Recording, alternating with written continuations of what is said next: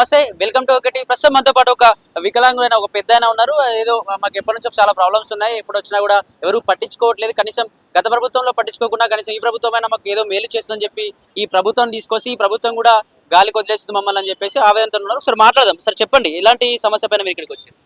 ఎలాంటి సమస్య అంటే రాష్ట్ర ప్రభుత్వం మాకు నమ్మించి మోసం చేసింది. పింఛన్ల విషయంలో గత ప్రభుత్వం 4,000 రూపాయలు 16 రూపాయలు ఇచ్చారు, 4,000 16 రూపాయలు ఇచ్చారు. సీఎం రేవంత్ రెడ్డి ఏం చెప్పిండు, నేను రాగానే ఎమ్మటే వచ్చిన నెలనే ఫస్ట్ స్టార్టింగ్ మీకు 6,000 16 రూపాయలు ఇస్తాను.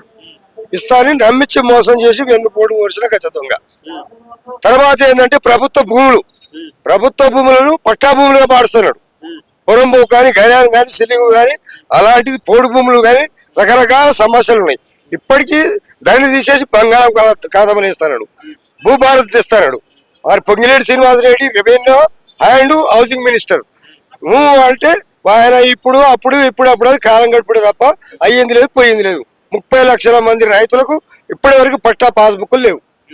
దాని మీద ప్రభుత్వం ఎమ్మటే యాక్షన్ తీసుకొని పట్టా పాస్బుక్లు ఇవ్వాలని నేను డిమాండ్ చేస్తా ఉన్నా. వికలాంగుల సమస్యలు మొత్తం మీద పరిష్కరించమంటున్నా. కొందరికి సదరం సర్టిఫికేట్లు లేవు. సదరం సర్టిఫికేట్ లాగా ఏరియా హాస్పిటల్ లాగా ఆడిపోతే ఇష్టం వచ్చినట్టు వాళ్ళు డబ్బులు లాక్కొని ఫోన్ పే కొట్టించుకొని ఎవరికి ఫోన్ పే కొడతారో వాళ్ళకు సదరం సర్టిఫికేట్ రాసే పరిస్థితికి వచ్చింది. గవర్నమెంట్ హాస్పిటల్ కూడా లంచాలు కంపల్సరీ. డిఆర్డీఏ తర్వాత డిఆర్డీ అధికారులు తర్వాత డాక్టర్లు కుమ్మక్కాయి 30% ఉన్నోని కూడా 60% రాస్తున్నారు.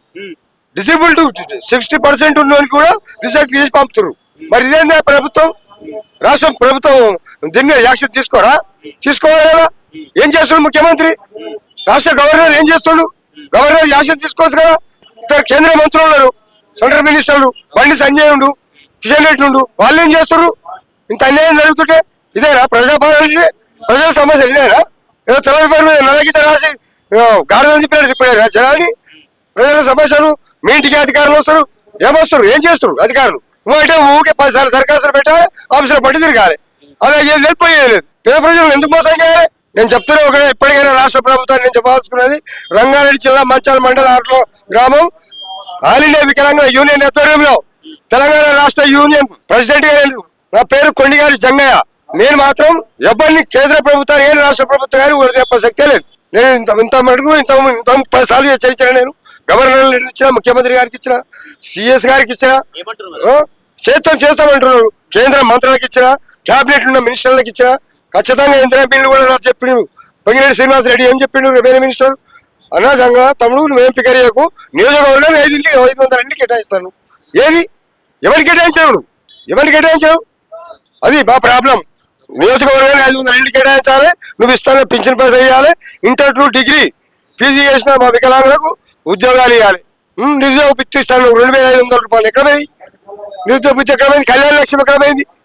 తులం బంగారం ఇస్తాను. ఎందుకు మాట్లాడతావు? రైతులు చేతగాని తమ్మునేది మాట ఎందుకు మాట్లాడతావు? రేపు స్థానిక సంస్థ ఎన్నికలలో నీకేం చేయాలని చేస్తాం, తగిన బుద్ధి చెప్తాం.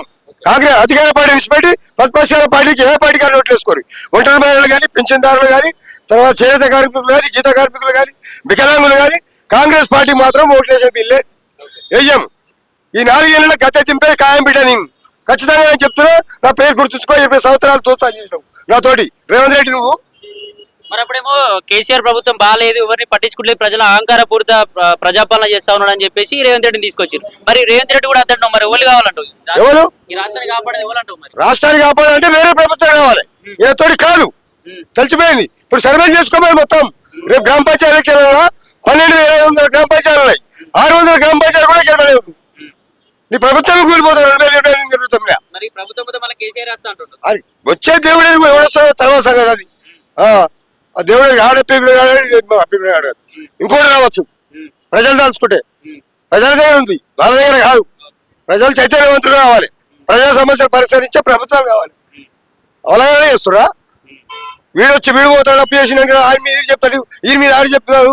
అవునా జనాల పిచ్చలో వేయాలి. కానీ ఇదంతా డ్రైవర్ ఆడుతున్నా. మీరు రేపు ఎమ్మకెమ్మ పెట్టుకొని ఓట్ల కోసం చేస్తారు. మీరు ఏంటి గురించి చేస్తారు? మీరు స్థానిక సంస్థలు ఎన్నికలు రాని మీ సంగతి చూపిస్తాము. ఒక్కొక్క కార్యకర్త ఈ పుల్ల కూడా తోలిస్తాం, ఏ గ్రామాల ఆ గ్రామాల. అందుకని నేను చెప్తా ఉన్నా, వికలాంగుల సమస్య ఏ ఉన్నా కానీ ప్రభుత్వం తక్షణమే పరిష్కరించకపోతే తగిన మూల్యం చెల్లించుకోవాలి తప్పదు. రేవంత్ రెడ్డి నేను చెప్తున్నా నీకు, నేను వికలాంగుల తెలంగాణ రాష్ట్ర యూనియన్ ప్రెసిడెంట్ చెప్తున్నా. నేనంటే నీకు తెలుసు, నువ్వు అంటే నాకు తెలుసు, నా సంగతి ఏంటో నీకు తెలుసు కూడా. నేను ఇప్పటికి కూడా రిక్వెస్ట్ చేసి ఒక రాష్ట్ర చీఫ్ మినిస్టర్ అని నీకు రిక్వెస్ట్ చేసి చెప్తున్నా నేను. రేపటి ఫ్యూచర్లో నీకు ఏం కాదు అవుతుందో మేము చూసుకోవడం. మీకు అది మాకుంది, మాకు సమస్య. థ్యాంక్ యూ మిత్రులు.